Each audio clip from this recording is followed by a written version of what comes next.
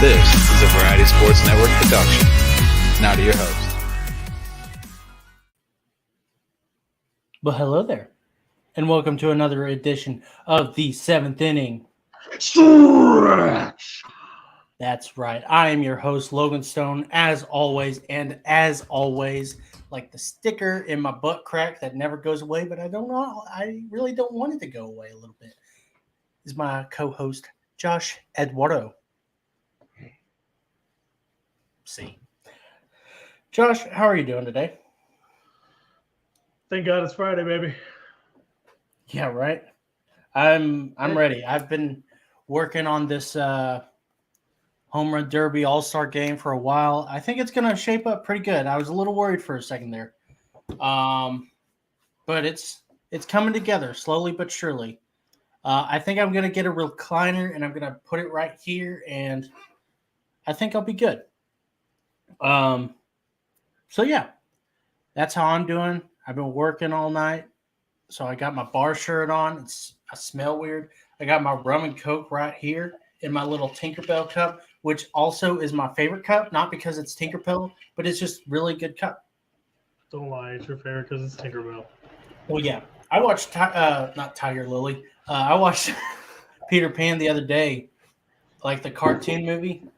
And let me tell you something. There's a reason why people or ladies dress up as Tinkerbell on Halloween.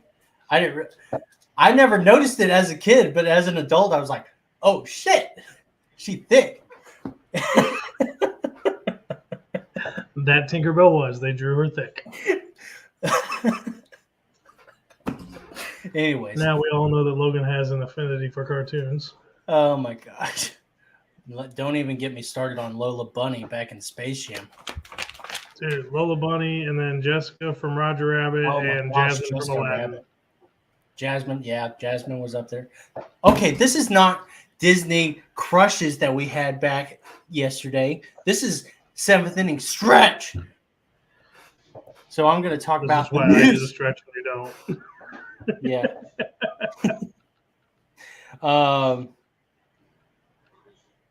I guess we can get started on this shit. Let's get started, man. Oh, actually, one more thing before we get started. So I've been getting into muddying the balls because I'm going to do a segment on this in a couple weeks. Did you know that they only use one? Okay, first of all, they have to get a special kind of mud, and I think it's in Maine, if I remember correctly, to mud up the balls to make sure that it's not slick. And they've only used one company the entire 100 year. I think they've been using it for like 110 years to muddy the balls. No idea. It's run by one family, and they go down down this river in Maine or somewhere. And I'll have more details in the segment coming up like a couple weeks from now. But and it's in this one spot in this river, and only they know where the spot is. And it's a special kind of mud that has the right wetness and dirt and friction and all this stuff. It was really interesting to see about it. And so, yeah, that's really cool. And, Fun fact of the day by Logan. Yeah, and yeah, right. And so, because I've been getting into why pitchers are, because Brian DePera a couple of weeks ago threw a temper tantrum, not a temper tantrum. It was a legitimate anger. But he got mad. He started throwing balls back to back into the dugout. And he was like, "They're slippery as shit." Like he literally said that. And he goes, "There's no mud on them, and they're not taken care of because like there's a lot of work that goes into preparing these balls." And we've touched on this before. Al Leiter, he did a really great segment on MLB Tonight where he said, whenever pitchers grab a ball and they tighten it up, that's kind of getting a good grip on the ball, and it's kind of characterizing the ball. And then they get a little bit of that mud, and then they wrap it around, and then they get, they spit on it, and then they get it to where it's exactly how they like it and how it needs to be. And we've seen an uptick on hit batters this season, and it's because pitchers are not able to use the stuff that they were using last year. Anyways, it's really interesting. It kind of took me down this rabbit hole, and so now sounds like it. Yeah, and so now I'm really obsessed about this stuff now. So Logan wants to make sure your balls are muddied properly. Yeah. Speaking of muddy balls, do you have an ad read? Oh yeah, man, absolutely. I'd love to get to Row One brand right off the bat. So if you watched our show before, you guys have heard me talk about Row One brand every single show about their vintage artwork. But if you're new to the show, welcome to the seventh inning stretch. And I'm going to tell you a little bit about our first big sponsor we ever got. We give them a lot of love and a lot of shout outs. So it is Row One brand. They cover vintage athletic sports work, everything from college football back to the 30s, MLB baseball back in the 30s, through NFL, through their time as leagues and as they've developed. This stuff is super cool, especially if you're into like the old school looks and the old school logos. You're going to find a lot of that there. They also do like t-shirts and coffee mugs and other cool collectibles they can get for your boss or your dad or your grandfather or whatever sports enthusiast you have in your life. But Row One brand, super cool artwork. Anytime you go to their art gallery and you pick out a piece, something you can put in a frame and put up in your man cave or your husband's man cave, or give to your boss to put in his office because you done dated his daughter and she broke her heart and now you got to make it up to him. Whatever the situation may be, go to Row One brand, check out their art gallery, put in our code VSP15. They get you 15% off your order. It also lets them know that you were told about them by us. Give them a follow on Twitter. Let them know that VSN sent you over, Logan and Josh specifically, just because that helps the partnership. And then the better we do and the more you guys buy from them, the more we can give you better content, more in-depth content, and hopefully in the very near future, we'll be giving you some on-site content. So keep going to Row One brand. Check out all their fantastic vintage collectors, items, artwork, all the assortment of things they have. Seriously, check their site out. It's super awesome. That's row1brand.com. At the checkout, you get 15% off anything out of the art gallery with code VSP15. Good job. Sorry, I kind of lost my place on stuff, so I had to use you to stall some time. Good job. Definitely go to Row One brand. We're supposed to be getting something from them. We are. We're going to get some stuff from them finally. Yeah. Orders finally coming in. Can't wait to show it off. Got a Trey Turner thong coming my way. Anyways. And no, you guys are not going to be suffered by seeing that. I promise you that is going to be for Logan's personal collection to keep at home. Oh, I'll make sure you see it. Anyways, leading off. You blinded everybody else last time we took your shirt off. Yeah, right. Hey, listen, everybody loved that. I got tweeted by some old ladies. Your mom and your aunt texted me and were like, "Hey, we liked it when you took your shirt off. You should do it more often." Shout out to Josh and Mom's aunt. Josh's mom's aunt. It's my aunt's first episode. And Josh's aunt and his mom. Sorry, there was so much words there. Anyways, you're very wordy there, buddy. I don't know what's going on today. First of all, Robinson Cano, released by the Mets. Still getting paid by the Mets, which is going to come back and be funny in a second. Signs with the Padres, and then Padres don't want him anymore, and so they send him to AAA, and then they trade him to the Braves. And so now the Braves are playing. They have Robinson Cano. He hasn't really done anything for them yet, I don't believe. But I know Mets fans I was hearing Mets fans were like, if Robinson Cano comes up and hits a walk-off home run or something, that would just be our luck. And I thought that would have been funny. But anyways, do you have any thoughts on that? Do you think it's going to be helpful? Do you think it's going to be useful in any way? When it comes to Cano, I mean, he was such a stellar player in his prime. And the last 2 years have just been so rough for him, and he's ventured, all over right now this year. So Um, one man's trash is another man's treasure. Sometimes you can retread a player. This is his third club already before the All-Star break. I doubt we're going to see much out of him, but who knows? With his experience, he may come in with a clutch hit at some point in the back half of the season to help the Braves out, and it might be all worth it to him. Yeah. It might make it worth it to them. See, it's contagious. Totally. I don't see it being gangbusters. I think it's just a bat to keep them warm, their second base warm until Ozzy Albies comes back, and then I'm sure he's out the door again. But I would have loved to have seen a home run against the Mets. That was a good series, Braves and Mets. It should be a good series. Yeah, They should be a good series every time they play this year. yeah, it better be. I know Mets fans are kind of worried that the wheels are coming off, but they're still at what? They're 56 and 34. While They're still really, really good. But Braves are 55 and 37, so they're coming up on them.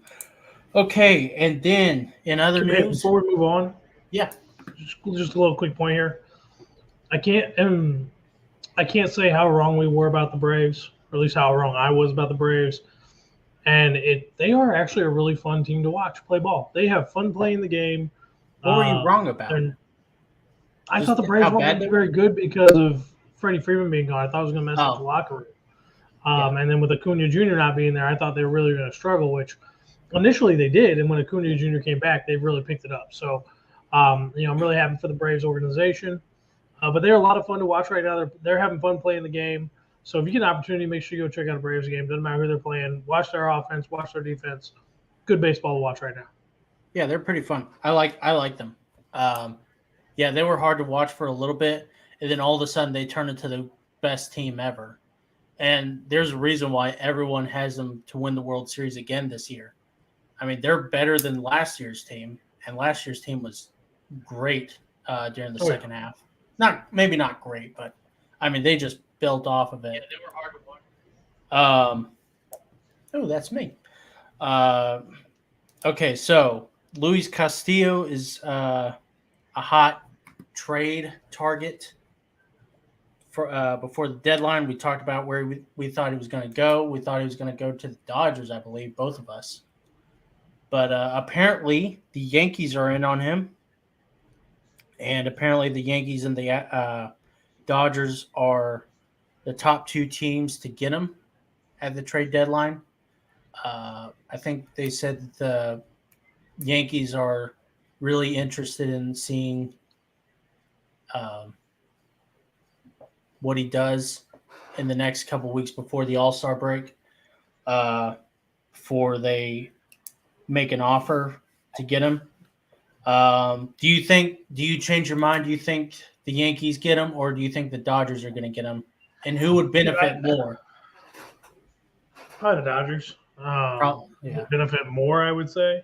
Yeah. Just because of the uncertainty when it comes to Clayton Keller's health and Bueller. So I would say it would benefit the Dodgers more. If the Yankees get Luis Castillo, the Yankees are going to be the toughest out the rest of the way. I mean, they already are probably going to be the toughest out, but that's going to cement where they're at right now. I even saw a report today that the Cardinals are trying to get the Reds to trade him to the Cardinals. And I was shocked by that. I don't know. It's weird because I feel like it's gotten easier for interdivisional teams or teams in the same division to trade with each other. But I guess it just depends on what guy. Yeah. Like I know the Rockies didn't want to trade Arenado to the Dodgers, even though they were like really heavy on him. But that was different because he's got 7 years left. Luis Castillo, I believe, is a rental this year, right? Or he may be a free agent in 24. But yeah. So I mean, I would love to have Luis Castillo on the Cardinals, even though he looks like a more mature Genesis Cabrera, and I hate Genesis Cabrera right now. But right now, I honestly believe that even though the Dodgers are gonna just throw every farm guy that they can at him, I think the Yankees are just really different this year, and they are trying. They are honestly really trying to get. Um, they believe this is the year that they will win. They can win a championship.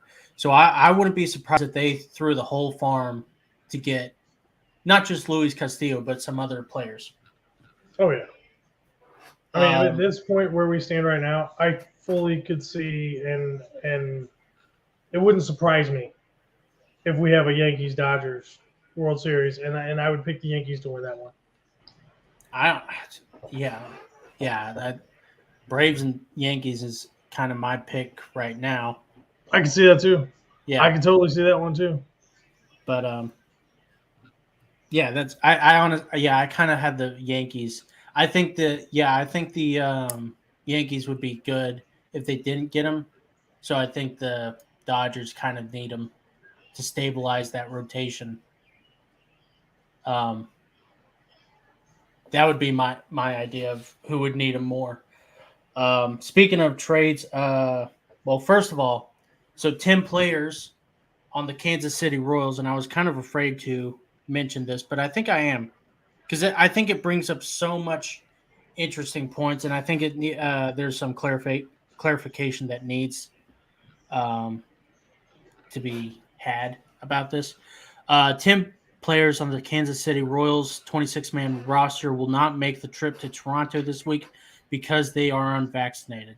Sources told ESPN. I'm reading Jeff Passan's tweet from the other day.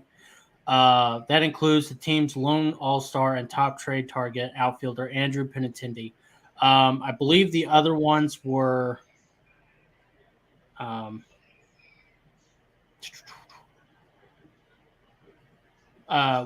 one of them was Michael A. Taylor, and the other was Whit Merrifield. Those were the top three guys. Those three guys are supposedly big trade pieces at the deadline. Um,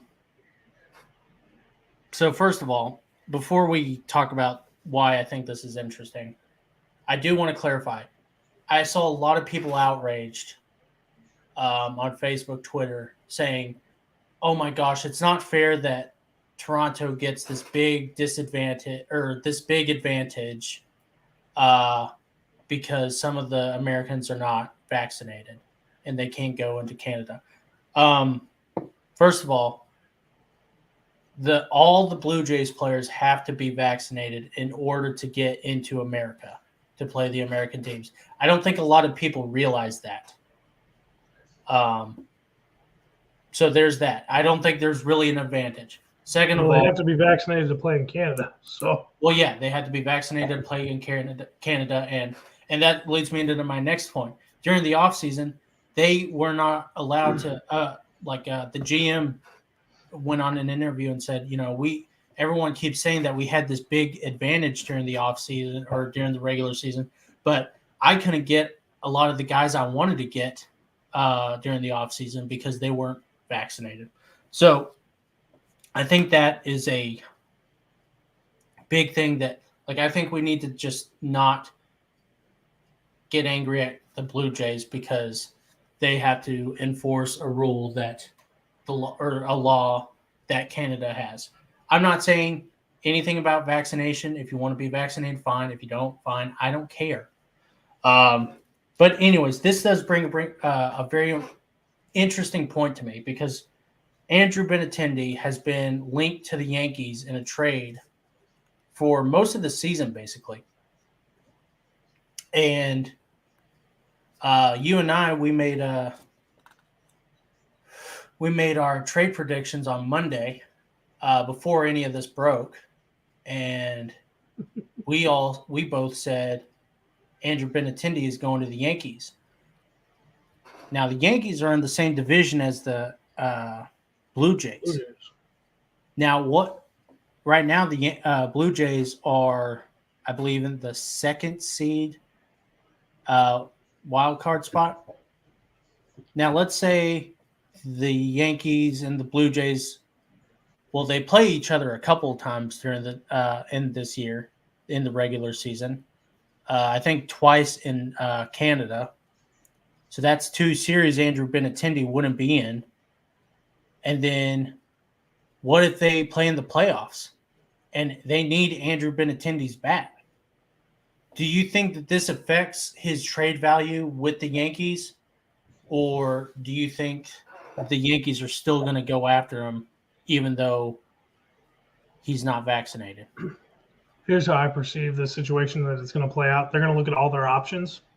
And if he's the best option and they feel like they can win those few games against Toronto in Toronto with him on the roster, then it won't impede them from going after him. If they feel like he is a key piece and they're going to need him every step of the way, I believe they will look for another option that is just as good, just underneath his capabilities. This is the only problem I see. Okay, that's not true. It's not the only problem I see, but this is one of the problems I see where we have professional sports league that encompasses 2 countries that have different health guidelines and standards. And that's the best way I can say that without potentially getting myself in trouble. That's why I'm pausing here. Sorry, I'm trying to make sure I phrase this correctly. No, get screwed. So, I mean, I could see it being a problem. But like I said, we were having a conversation about this via text. I think the Yankees are good enough that even if they went and picked him up, they could have somebody else in there for 2 games to fill his spot because they're going to have home field advantage. Yeah. They're going to have home field advantage all the way through. So if I'm the Yankees and I think Benintendi is my closing piece, I don't let the vaccination issue get in the way. They're the only team in Canada. They are tied for the last wild card spot right now with Boston, behind Seattle, who's come out of nowhere, and Tampa Bay. So you got to play your odds, and odds say go ahead and take him if he's the best man for the job. That's just what the odds say when you do basic math, statistics, and probability. So I would take him. If I could get him, I'd take him. If I was any team right now who's a playoff contender, I'd take him, regardless of his vaccination status. Especially if I'm not in the AL East, because then I don't have to worry about playing Toronto until the World Series. And even though I picked Toronto to go, at this point, I don't think Toronto's making the World Series. So, I mean, I would take him in a heartbeat. Yeah.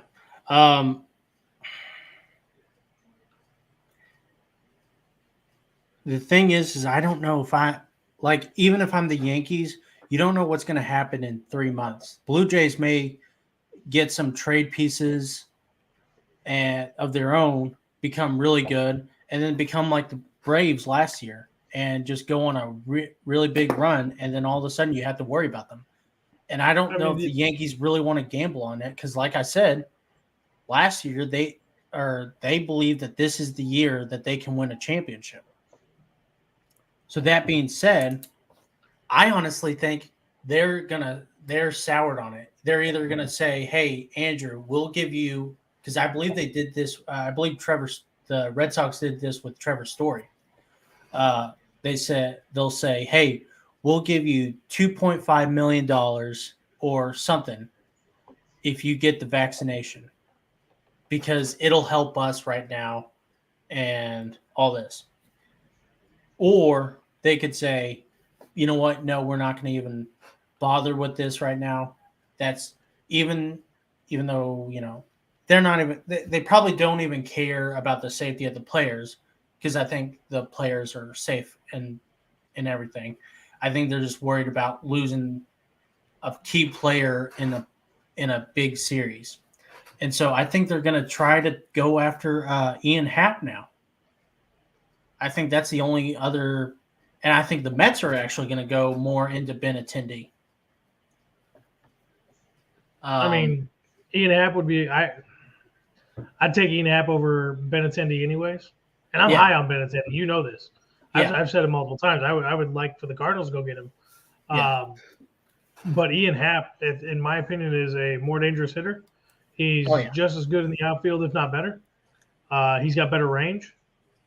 I think he would thrive better in Yankee Stadium than Andrew Benintendi would. I can see that. Because he's a left-handed bat, and I think he's got a little bit more pop, even though he's been playing in Chicago for a while. But so yeah, that's how I see it going. Do you have any other thoughts on this topic before we move on? I think Toronto should have had to move and play in the United States for the baseball season personally, but that's just me. That's another thing I was saying or seeing, but I don't know. I mean, it's not like they don't have enough extra stadiums and ballparks out here where because they're Toronto, they're not going to draw the full-fledged fans and have 60,000 people at the game anyways. But I'm sure there was a ballpark up there in the northern part, the Northeast, near Toronto somewhere, where they could have put them and had 30,000 fans in the stands. Maybe. Or took in a football field and converted it to a baseball stadium for a ballpark. I mean, Oakland did that for how long? Yeah. Well, at the beginning of the season, I can't remember who it was. Maybe it was Oakland. No, it was the Rays. They've been wanting to move over to Montreal because there's so much. There's so many fans in Canada, so I think from every game I've seen, the Blue Jays have had a full crowd basically, and so I think they're okay with it. And like I said before, all the Canadian players have to be vaccinated in order to enter or the Blue Jays players have to be vaccinated in order to play a series in America. So I think we should all just keep that in mind before, because I don't know. I personally, I just don't want the Blue Jays to be targeted just because of this. Like, I don't want to hear them in the playoffs and hear people. Yes. I don't want them to. Oh gosh, maybe not. Anyways, quit distracting me. Oh man. But yeah, that's my thoughts on it. I don't even know if I finished my thought on it, but I'm okay. I'm moving on. The home run derby has been filled out. We have obviously we had Pete Alonso, Ronald Acuna Jr., Albert Pujols. I think Juan Soto had joined, and then we had gotten Kyle Schwarber had been added, Julio Rodriguez, the rookie, Corey Seager, Jose Ramirez, and that was it. Do you have the matchups in front of you? Yeah, I do have the matchups. Can you believe how they matched this thing up? Yeah. So I'll talk that. First of all, how do you like all the players in the home run derby before we talk about the matchups? I mean, I'm fine with the players. I don't like the matchups. Yeah. So how is Kyle Schwarber number one? That doesn't make sense to me. I guess this is 30 home runs. Oh, okay. This is. Oh, they. Okay, I didn't know that they did this. So yeah, Kyle Schwarber will go up against Albert Pujols in the first round. Pete Alonso and Ronald Acuna Jr. will go against each other. Corey Seager and Julio Rodriguez will go up against each other, and Juan Soto and Jose Ramirez. So you're mad about Albert going up against Kyle? Yeah. Well, like, it's why not even have him do it if you're going to put him up against the number one guy right now out there who's in this? Like, if it's a show and it's for entertainment, put him up against who's the young kid? Is that Ramirez Julio Rodriguez? Julio Rodriguez. Put him against Julio Rodriguez. And here's why. Because it'd be a cool storyline.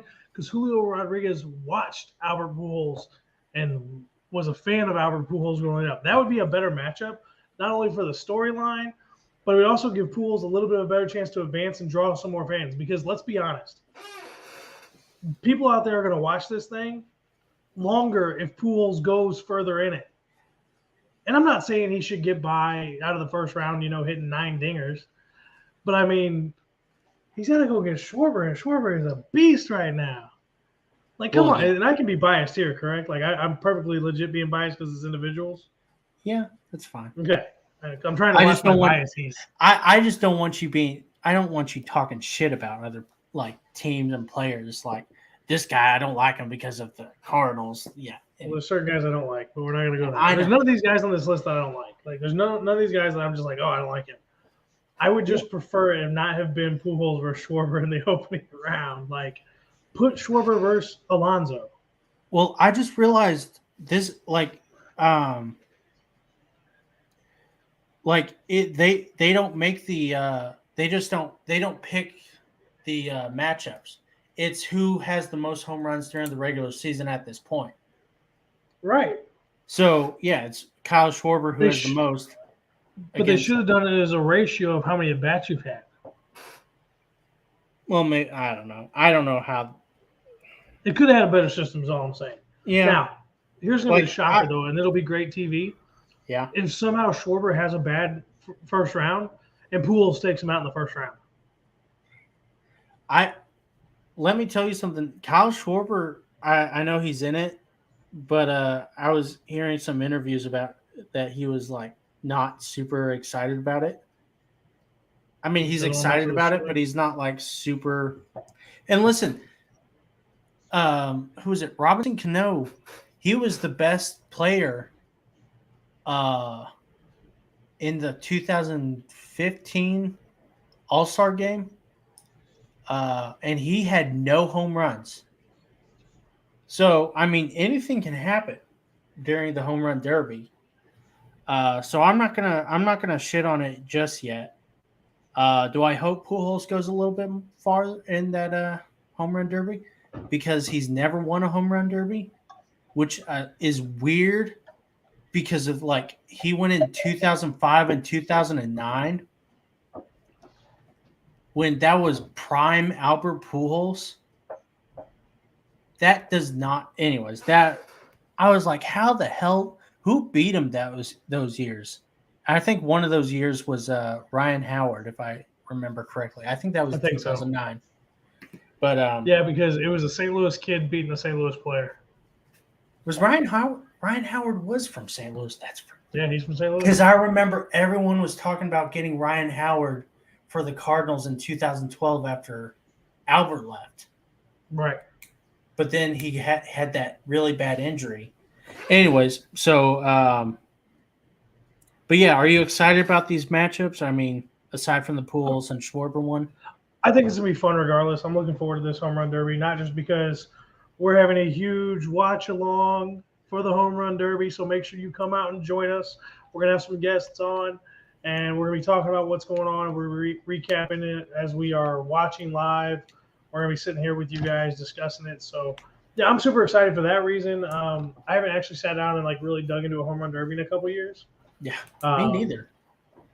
The last couple of years, I mean, I've just been so busy with I've been working, being quote unquote freshly married and having a baby. And that I just haven't had time. This year I'm going to have time. I can sit and enjoy it. So I'm looking forward to it, man. I think the matchups are going to be cool. We got guys of all different sizes, different ways of hitting. Any one of these guys can win it. Any one of these 8 guys can win it. So, yeah, I think it's going to be fun. Do you have a favorite? Pujols. You have a second favorite? Because I know your favorite is Pujols because he's a Cardinal, but well, he's been one of my favorite players the majority of my life.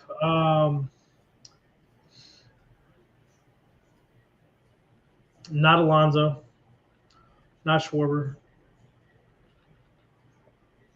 I wouldn't mind seeing one of the kids do it. Yeah. When I say kids, I'm talking even Soto. I'd throw in that group. It wouldn't make me mad if Soto won. Future Cardinal. Problem for me with that would be it would add to his value.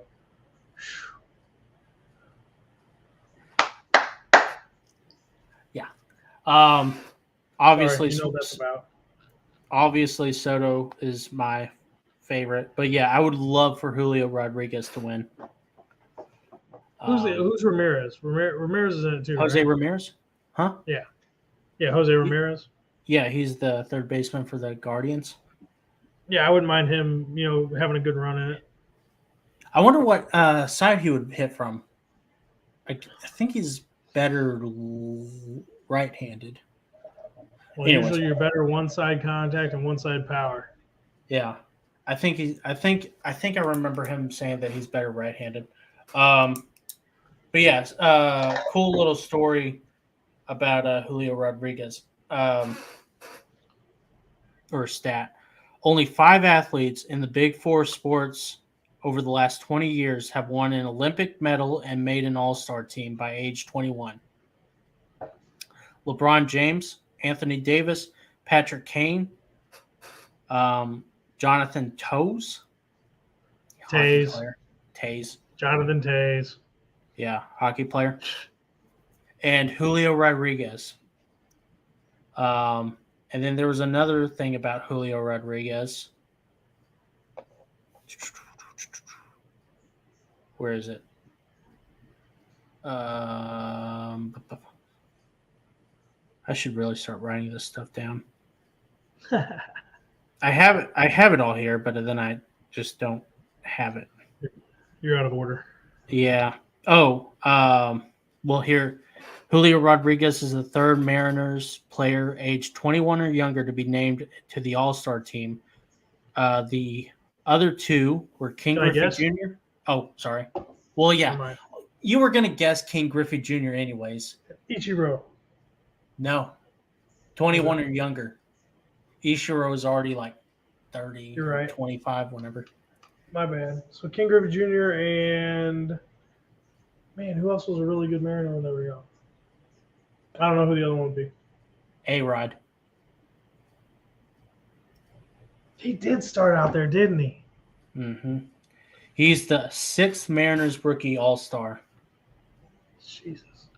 All right, my bad. I should know. See, that would have been a good trivia question, man. Yeah. Apparently, Brandon's got some. So, Can't wait. We're doing trivia, guys. Make sure you tune in and check us out for our trivia questions. I guess there's. Yeah. Anyways, I wish I had it here because I thought I had it, but I guess I might have deleted it. But apparently, Julio was 3 months old whenever Albert made his debut in 2001. Yeah. And so now it's really cool to be on the same field as Albert. So yeah, that's home really run derby with him is even cooler. Yeah, doing the home run derby. That's why I thought it'd be cool if they paired those 2 off against each other. Yeah, it would be cool. But I'm glad to see them both like work it out, or at least they're gonna at least be able to go far, or have the option to. Okay, so the All-Star game, everything has been planned out. Everyone was voted in, and I think I know where you're going. There were some players who were pissed. There were some players' wives who were not happy. Carlos Rodon, notable player who was not invited to the game. So his wife came in and said, "Are you actually kidding?" She tweeted, she said, "Are you actually kidding me? Man leads the NL in WAR. What the fuck?" Now I can go on and on telling the stupid bitch why WAR is useless in every way. Are you telling me you didn't tweet her back and shut her down? No, I was going Why to. didn't you? I was going to, but I was like, no. You missed an opportunity. I Sorry, know. you missed an opportunity there, man. Yeah. So there was, there was Zach Wheeler, Aaron Nola, another couple players who were notably not invited to the All-Star game. But listen, these pitchers are stacked. Like, you go look at all the pitchers who made the All-Star, and you tell me who deserved it or didn't deserve it more than Carlos Rodon or Zach Wheeler or Aaron Nola. I think Aaron Nola was a little bit of a joke. I don't think That's it a was stretch. really. I think Wheeler might have deserved. Wheeler deserved it more than Rondon. You think so? Yeah. Or do you know? Like, That's just my opinion. I think Wheeler. I think Wheeler. If Rondon got in, Wheeler had to get it. Put it that way. Yeah. So that's. I mean, it is what it is. I know a lot of Cardinal fans were angry about Michaelis and Wainwright not getting in, but I mean, you look, like I said, look at those rotate or all the pitchers who made it, and you're going to be hard pressed to see anyone who needs to be pulled out of there. I mean, It's I going to think be a good everyone. All-Star game, man. Yeah, I think all those pitchers deserve to be in there, but there were some pitchers who were injured. There were some pitchers who were not injured. There were some players who were not injured but weren't available. JD Martinez is replacing Yordan Alvarez at DH because Alvarez is out with a broken wrist or something. Garrett Cooper is replacing Bryce Harper. And Carlos Rodon is replacing Josh Hader because he's going on the bereavement list. Oh. So, yeah. That's it's interesting. This is another thing that I don't like about the All-Star game is just that I think when a player is injured, even if he's leading the All-Star voting, and I understand why, it's on their Baseball Reference and it's an achievement that they get to keep for them, and it helps them with Hall of Fame talks. But Bryce Harper, he's been injured for 3 weeks now. And I kind of wish they had just taken him off and said, okay, you got to pick another DH, in my opinion. Okay. I mean, I think your opinion's wrong, but you're entitled to it. Why? Because, okay, so here's the thing with the All-Star game. Because it's in the fans' hands, it's a fan selection. Yeah. So even if he's injured and the fans feel like he still deserves to be selected for the All-Star game. I'm not saying he shouldn't be selected. I'm just saying that, he's selected, but they need to just remove his name so that way they don't vote. I want them to be able to vote for the next guy. So I understand your point, okay. But I mean, if you take his name off, he can't get votes, thus he can't get selected. That's why I think you should have 2 votes for every position. Yeah. You should. So it'd be like, not to get political by any means. I'm not. But they have this thing called ranked choice voting in some states when they're electing their politicians and whatnot, right? I think they should have ranked choice voting for All-Star games when it's fan voting in, because then you get your first vote and you get your second vote. And then it's like whoever gets the most first place votes and whoever gets the most second place votes gets in, or the second place person ends up being alternate. See what I'm saying? Yeah. I'm not getting political. I just think one thing from politics that I think is good, we could take into sports and we could use it. That's all. Okay. Yeah. I totally just threw you off. No, sorry. I got a text from someone else about Monday, and so I wanted to reply before I forgot. Yeah. So that's the All-Star game. The All-Star game is set. Sunday is the MLB draft, and I totally forgot about it. Maybe going number 1. Who is Jackson Holiday? Oh, is he number 1? Is he the favorite? Recent update, he was projected to go 2 or 3. The last update I saw yesterday was they moved him up to number 1. I thought Jackson Holiday was in high school.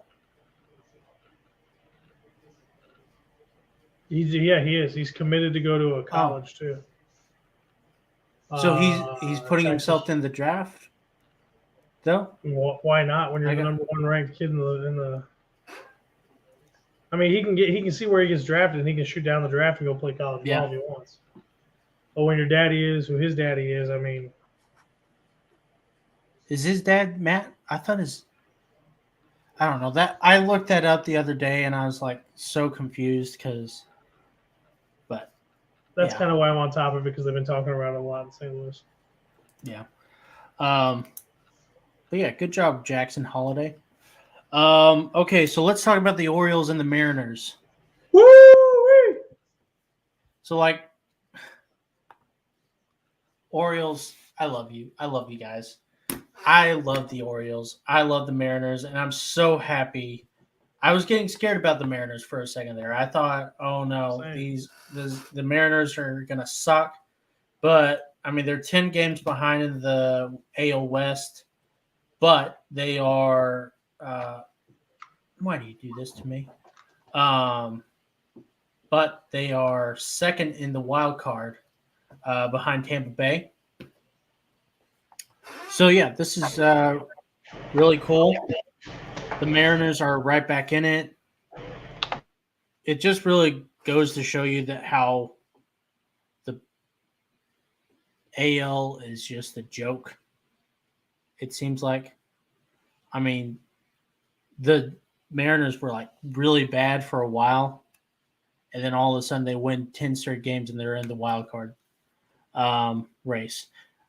I saw, so everyone's talking about the brawl, and the thing about brawls is that they kind of rally a team together, and I think they are 14-2 since the brawl, or 14-3 since the brawl, and the Angels are, what is it, 4-13. So there's that. That's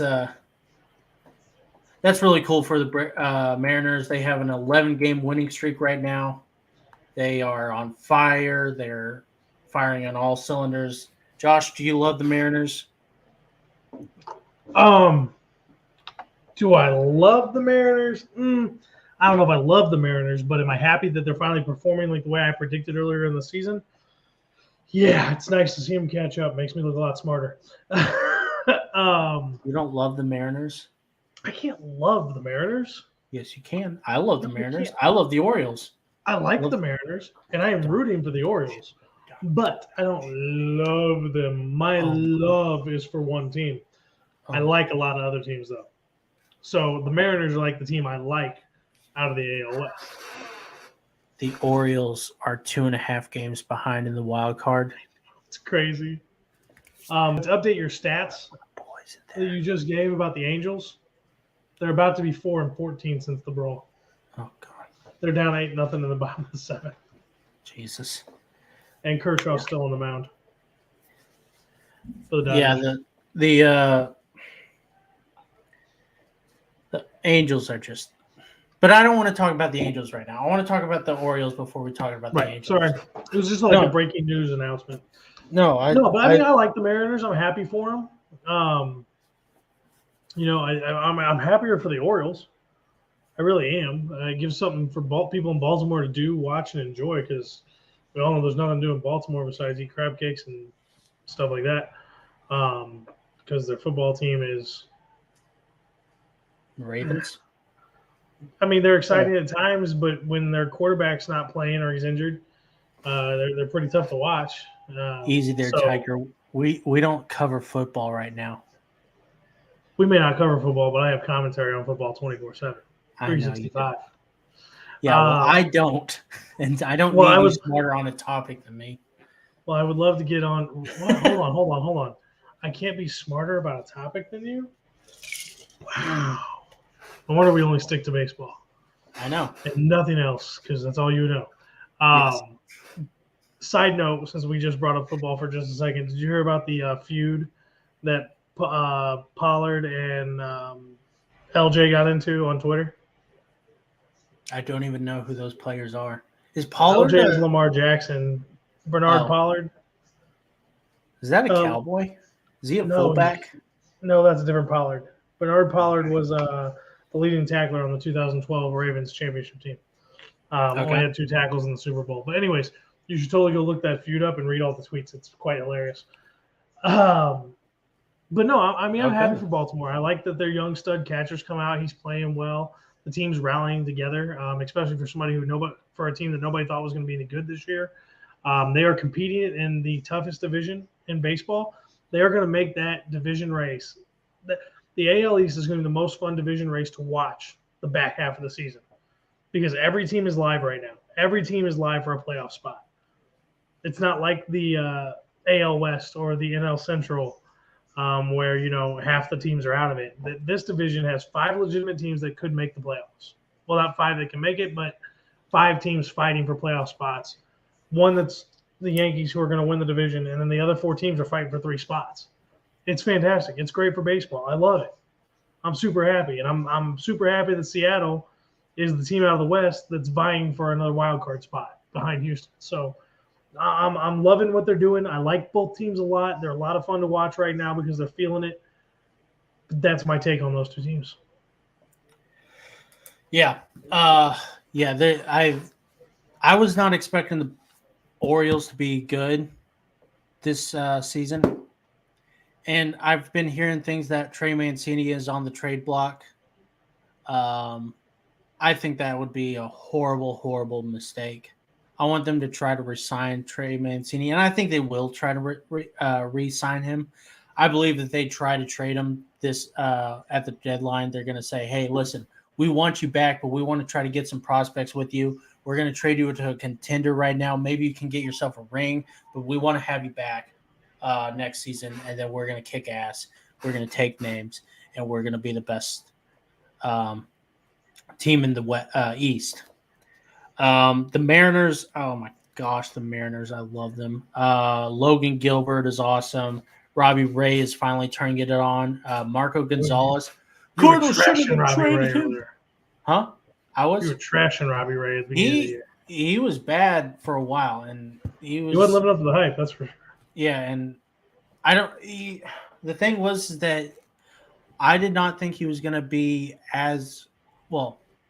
He hasn't been as good. He hasn't been Cy Young award winning Robbie Way winning since leaving his pitching coach, and I was worried about that for a while. But he seems to be turning it on, and he's changed his whole pitching mechanics. Like he's throwing slider, like he's throwing pitches he's never thrown before, and that was weird to me. So I don't know why he was changing a winning formula like Cy Young winning formula. So, but hey, they're turning it on. Carlos Santana has apparently been really good for them. He's been a positive force in the clubhouse now, and so good job. Angels, you want to talk about the Angels for a second? We can talk about the Angels. Can I do a breaking news here, though? Yeah, let's do breaking news. 21 up, 21 down. Clayton Kershaw is perfect through 7. Oh, it must be time for him to be taken out of the game. I'm glad you picked up on what I was throwing down there. I swear to God, Dave Roberts, if you do this again, I will ask for your job. I don't even care about the season now. He's not going to do it now. He's going to let him go. He as long as he wants to. Oh my gosh, if he had, you know how rare it is. I think there's only been 21 perfect games. We covered this with I'm just saying. What if he let him go again in that Twins game, and he got that perfect game? He wasn't stretched out all the way. What was the risk? Was it really risk hurting his arm even worse and putting him on the IL for a longer amount of time? No. But that's not what I'm talking about. What I'm talking about is, what if he got the perfect game then? And then what if he's getting the perfect game now? What if he got the perfect game then and then he wasn't even around right now to pitch because he threw out his shoulder? I'm just saying. We could have 2 perfect games by the same player. Oh my gosh. I mean, that just solidifies him as a Hall of Famer right there if he got 2 perfect games in the same season. He's going to be a Hall of Famer anyways. Probably his – yeah, I'm just saying that just like that cements it. Like there's nothing else.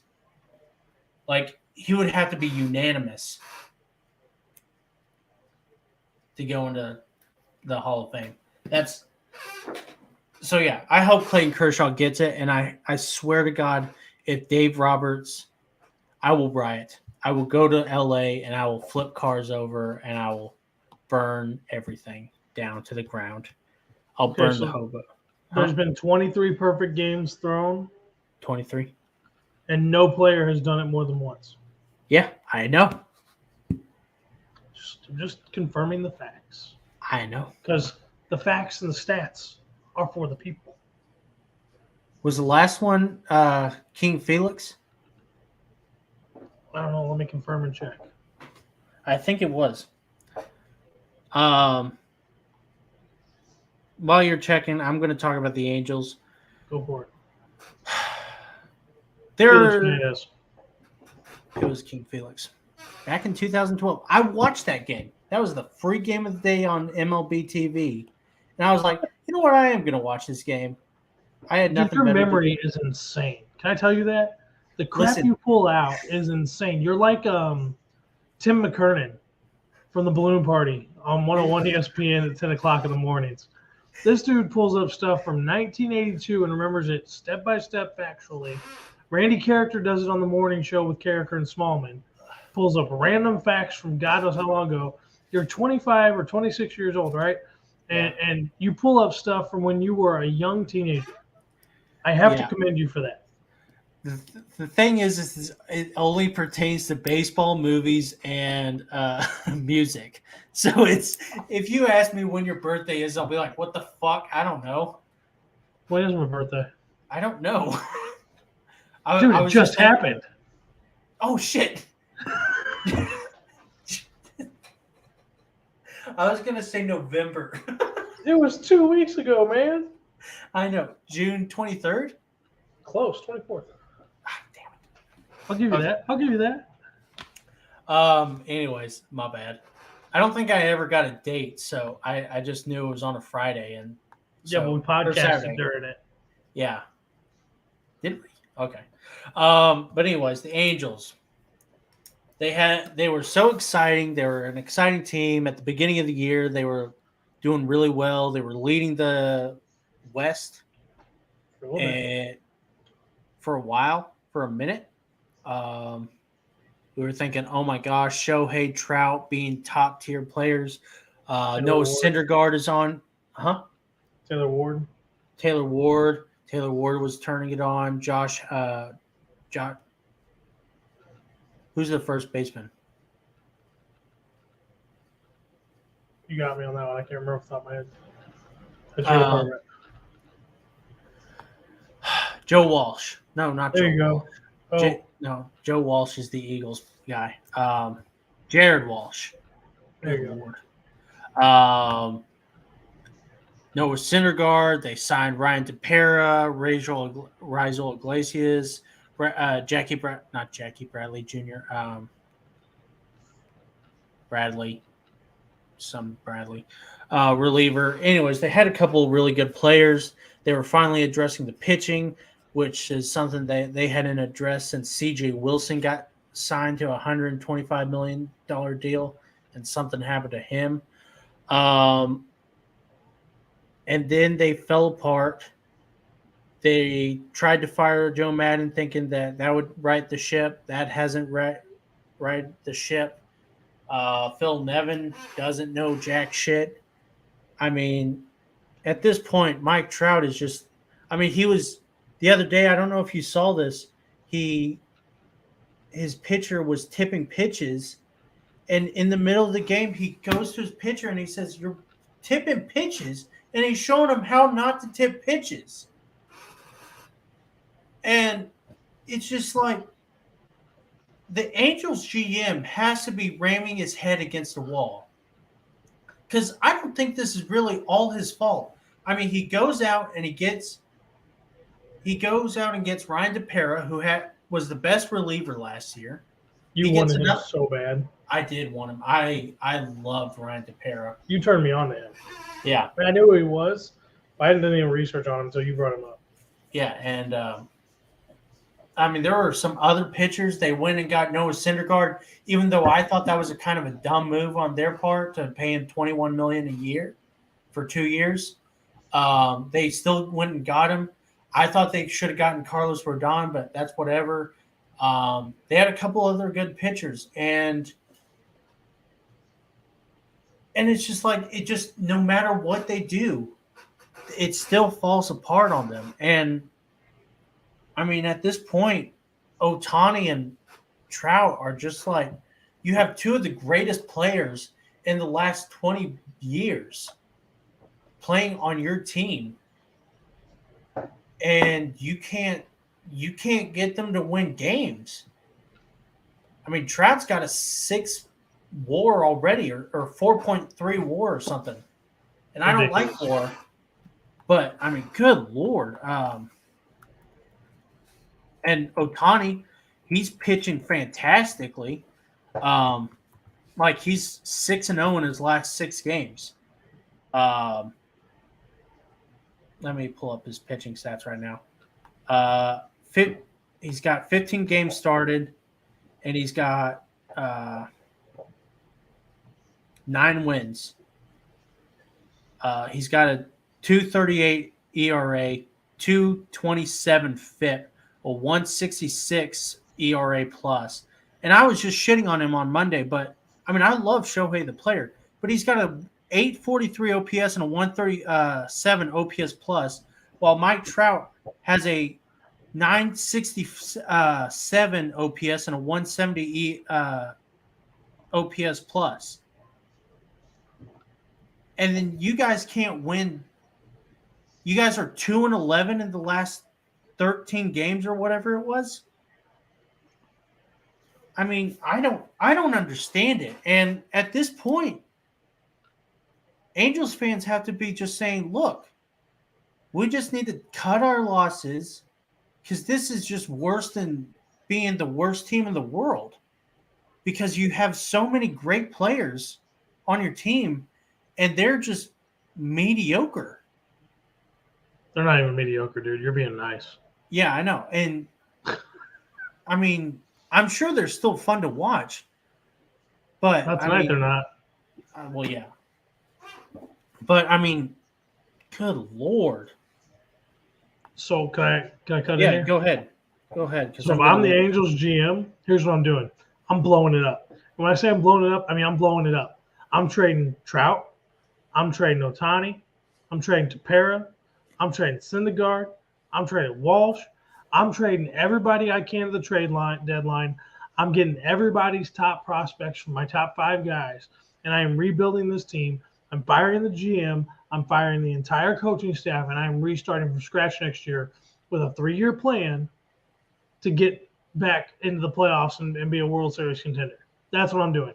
I'm scrapping everybody. I'm going completely young, no old guys, bringing a young coach, young manager, and not Ollie Marmol, but bring in somebody young like Ollie Marmol who can relate to these players and start all over again. I would just scrap the whole thing and start all over again. You are wasting Mike Trout's career away. He is a generational type player who never gets seen nationally, so nobody knows how good he really, really is except for talking about his stats. Let him go win. Yeah. Because you can't do nothing with him. He's in his prime right now. You're going to get to the back half of his prime in a couple of years. You're going to waste this guy's career away. And yeah, he made the decision to sign a long-term deal and get paid. I get that. And, I'm all about personal responsibility and, you deal with what you get. But, I mean, this is insane. I mean, you think about the value they could get for Mike Trout in a trade. They could get so much for Trout in a trade. Like, I would give up. I mean, let's go from a Cardinals point of view because I know my prospects from the Cardinals better. I would give up Jordan Walker. I would give up Mason Wynn. For Shohei Ohtani and Mike Trout, I would give up the farm. I would give up Walker, Wynn, Herrera, Baez, Burleson, and heck, I'd even throw in like Bader, just to give them somebody who's still younger, who's got plenty of time left on their in their career, just to just to start picking up guys and pieces so they can try to put a team together. I mean, if you're going to be this bad with all that payroll, shoot, trade that payroll off, save a bunch of money since you're not winning. Because you're not going to be putting butts in seats come next year if you can't win with the team you have now. It's insanity to me. Like, if it was this bad, I would tear it down, fire everybody, and start from scratch. And I would go back to Mike Scioscia, and I would beg him to come back on a 4-year deal, fix the franchise. Yeah, I don't see. I know a lot of Angel fans are even saying that right now, but I mean, you obviously have Trout, and even though Trout is the best player, it's going to be hard to offload him right now because he's got 10 years left on his contract. Yeah. He's a free agent in 2031. Shohei is a free agent in 24. So I would say if I'm the Angels, I say, look, go this offseason, get yourself a shortstop. Try to trade Anthony Rendon somewhere. Because Anthony Rendon is just useless beyond belief. And that's another thing, is they keep trying to get all these players who are just really popular. Like they did that with C.J. Wilson. They did that with Albert Pujols. They did that with Josh Hamilton, most notably. And they get these players who are just – they're good players, but they're not really helpful. And I love Albert Pujols, but he was 34 years old. And yes, technically he was 32 years old, but we all know he was 34 or 35 years old when he signed that 10-year contract. No one can bullshit me on that one. He's not 42 years old. He runs like he needs a walker. That was a dumb deal to give him. And at the time, that was what every organization was giving players was 10-year contracts. They gave it to C.J. Wilson, who was a nuthead. They gave it to Josh Hamilton, who was really injury-prone and had a lot of problems off the field that was going to hinder him. And so they give Anthony Rendon this contract, and they shouldn't have. But that's another thing. But I would say give it one more year, get yourself a shortstop, get yourself another starting pitcher, and just work your way into there. But they're a middle-level farm system too, so I don't know what's up. Trade idea. Oh, okay. You said they need a shortstop, so I'm assuming you think they need a defensive shortstop.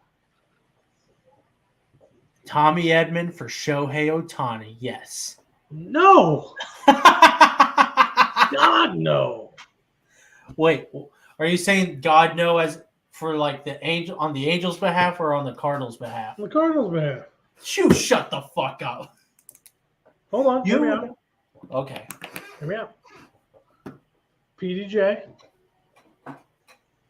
Bader. Mason Wynn for Shohei Ohtani. No. No, not to do it, or it's a bad idea? No, the Angels wouldn't do it or wouldn't go for it. I'm still throwing it out there. I know. That gives you a defensive center fielder that you can put in the right field or left. That gives you a good defensive shortstop who can make all the throws. And that gives you another two-way player down the road to replace the one you're giving up. Yeah, but we don't know if Mason Wynn is going to be a two-way player in AAA. They like two-way players. At least they know he has the capability of doing it, is what I'm saying. If they want to experiment, they can experiment. They like it. They just don't know how to create it. I mean, Shohei Ohtani, like we said, is an anomaly. And The Paul DeYoung. There's no. I mean, no, I don't think. Yeah, I'm just trying to unload that money. I know. I would love to unload that money, but I don't think. I mean, we would. There would have to be two high level, like a Jordan Walker and a Mason Wynn type, plus Bader, and I mean, it would be an expensive ask. I think even if he is a free agent in 2024, I think there's. Well, so that's what I'm saying. Because he's a free agent 2024, we give less up. I think he's still going to have a high price tag, but I think next year, at this time next year, if the Angels are still sucking, he's gone, and he's going to have. I mean, every team is going to go after him. He'll have his choice. Yankees, huh? He'll have his choice. God, I hope he wouldn't go to the Yankees. Probably end up Well, with the Dodgers. I'm saying at the trade deadline next year, the Angels would just. I mean, the Yankees, the Cardinals, even. I'm sure. I mean, every team is going to be after him, and every team is going to be like, and every reporter is going to be like, oh, the St. Louis Cardinals, the Detroit Tigers, the Los Angeles Dodgers, and any contender in the 2023 playoffs are interested in Shohei Ohtani. Like, no shit. Can I switch players for a minute? Yeah. How long do you think Sandy Alcantara is going to want to put up with throwing 8+ innings a game, giving his team an opportunity to win every game he's on the mound and him not getting wins? I don't know. I don't know if he cares enough. I mean, I think he cares. I think he wants to win, but I think he's allowed 3 runs or less in 17 of his 19 starts this season. He's a great player. He is. We lost that trade. Yeah. I didn't know Zach Gallen was in that trade. I forgot Zach Gallen was in that trade. I thought it was Alcantara, Zach Cox, and Xavier Scruggs. But I forgot Zach Gallen was in that one too. We gave away the whole entire farm for that. Told you it was a bad trade. No wonder Mo was afraid to pull the trigger on these things. Anyways, but that's all I have to say about the Angels. Are you done with them? Yeah, I did my rant. Load up. Put a big old stick of dynamite in that sucker and light it and run. Yeah. I was going to talk about Ozzie Guillen. I do want to talk shit about John Heyman. So John Heyman called Ozzie Guillen out, but I don't care about this story. But John Heyman he's one of those guys who's like just an idiot, and I don't like him. Well, the no-no's gone. Fuck. Luis Rengifo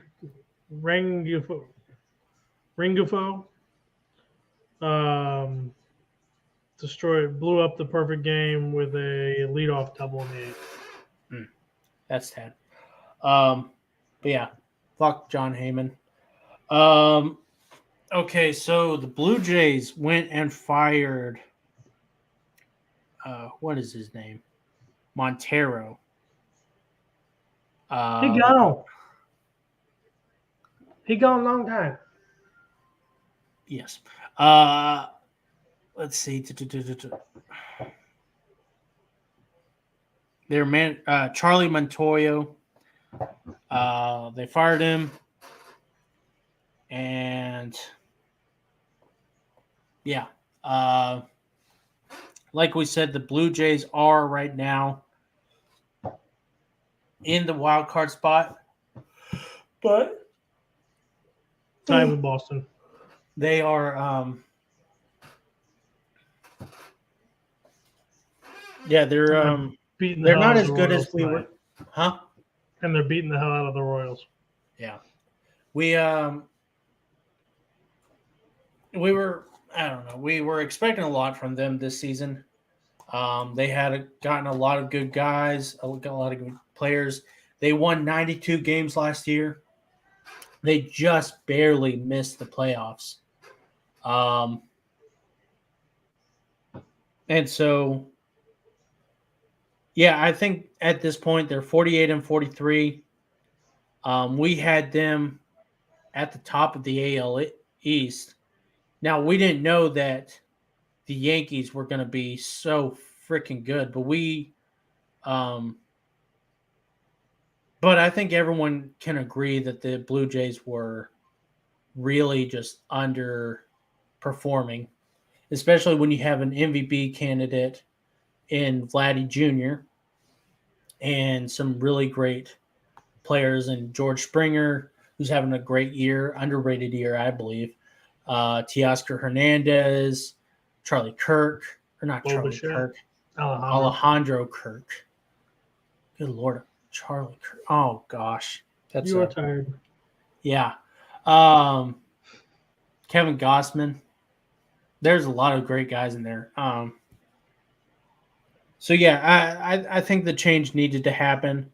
From what I was hearing after the fact, all the Blue Jays players were saying, "Listen, this guy was really nice. We have nothing but good things to say about him."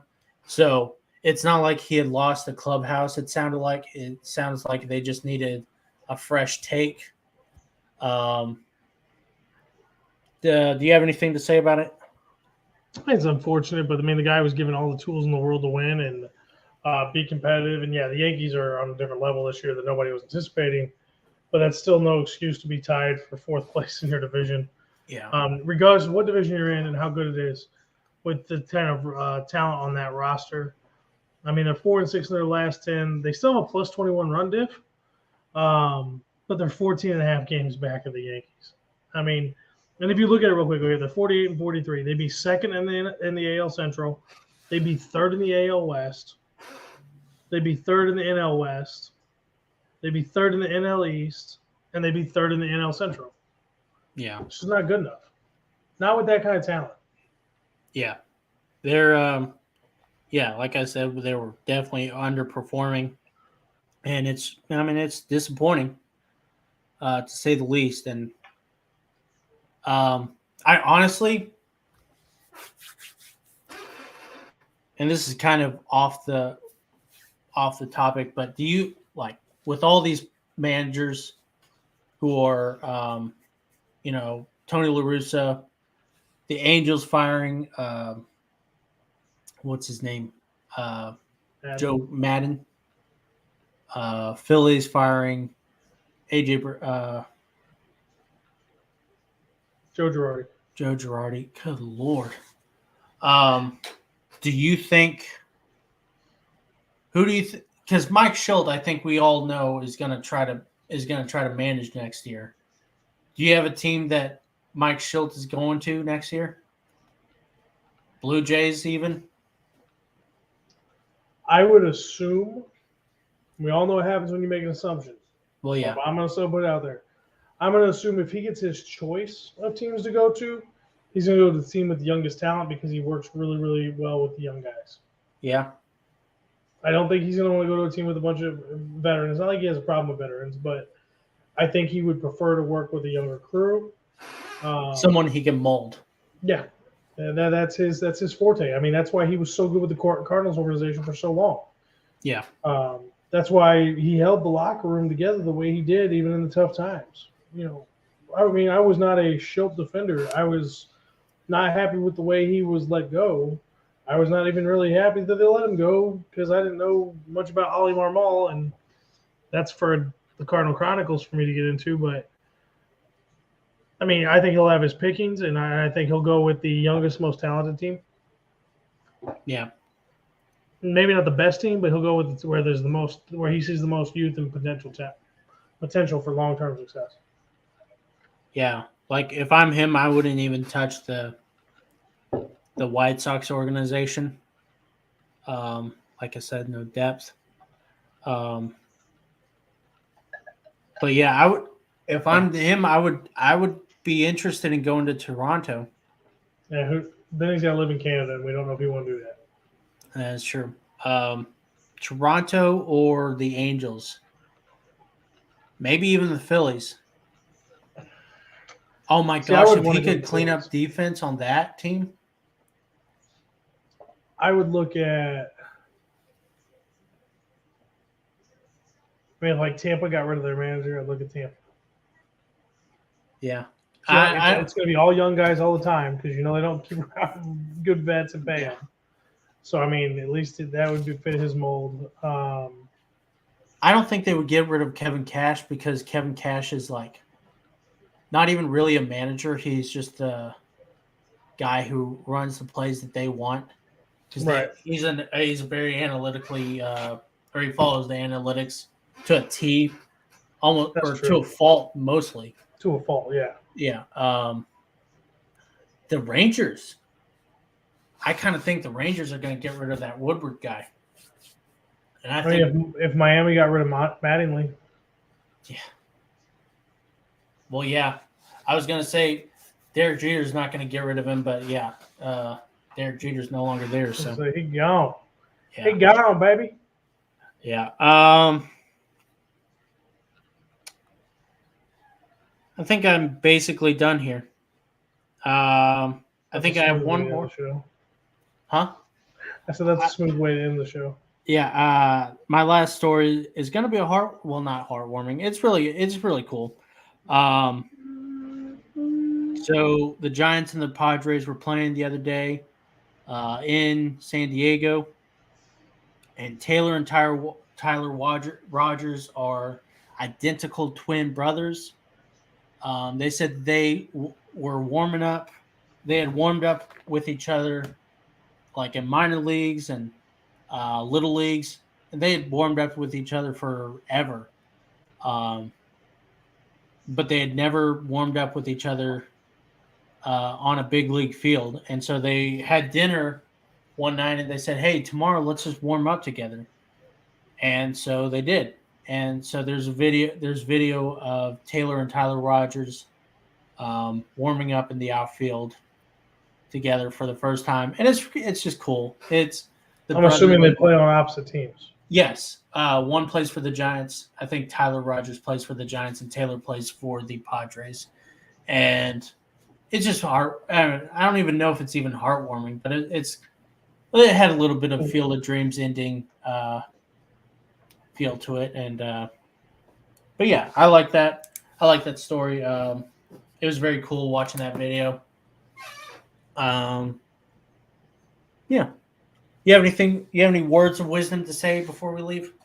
I just want to remind everybody to check out our merch store at bonfire.com/store/variety-sports-podcast.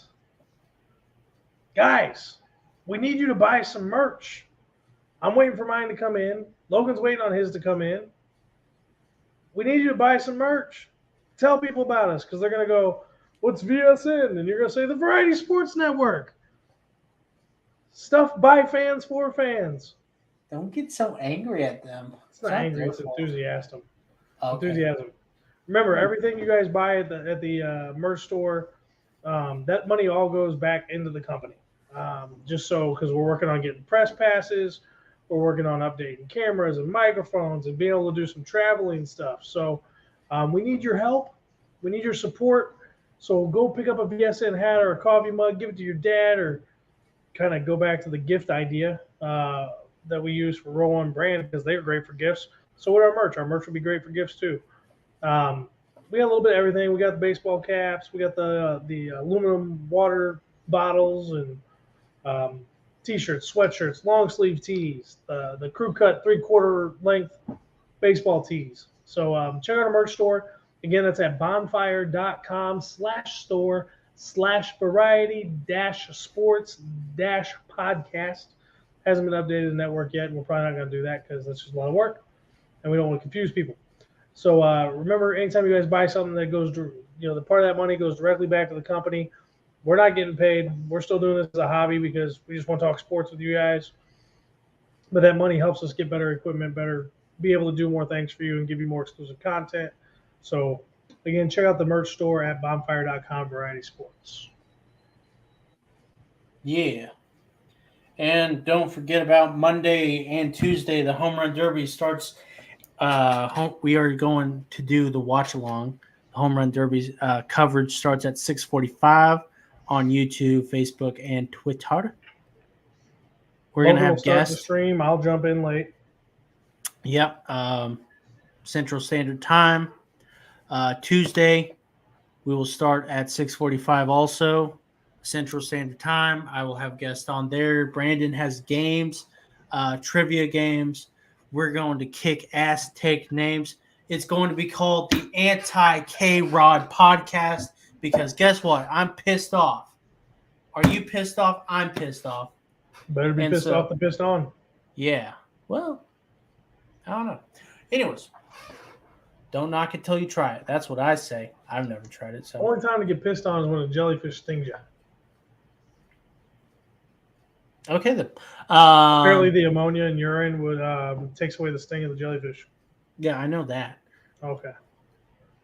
I got bit by a spider and I thought peeing on that would help. Did it work? Didn't feel anything. All right. So no show on Sunday. We're going Monday, Tuesday, back to back. So make sure you guys come on board. Message us. We love it when you ask questions or when you shoot us comments because we can reply. Fine. Let's have a conversation. Guess what? A-Rod doesn't have as much charisma as I do, or Josh does for that matter. So fuck A-Rod's A-Rod. got hot.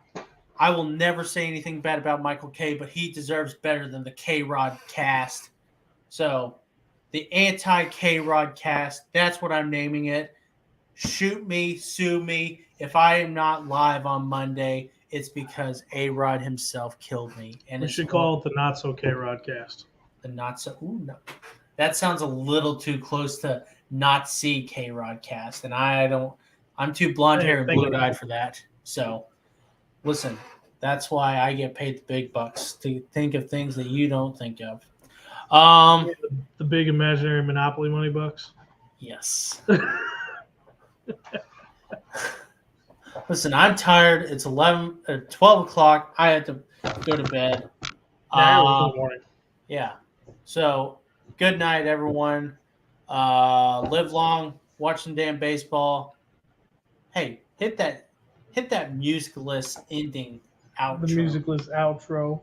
Yeah. Adios, amigos. Bye, Felicia's. Check us out on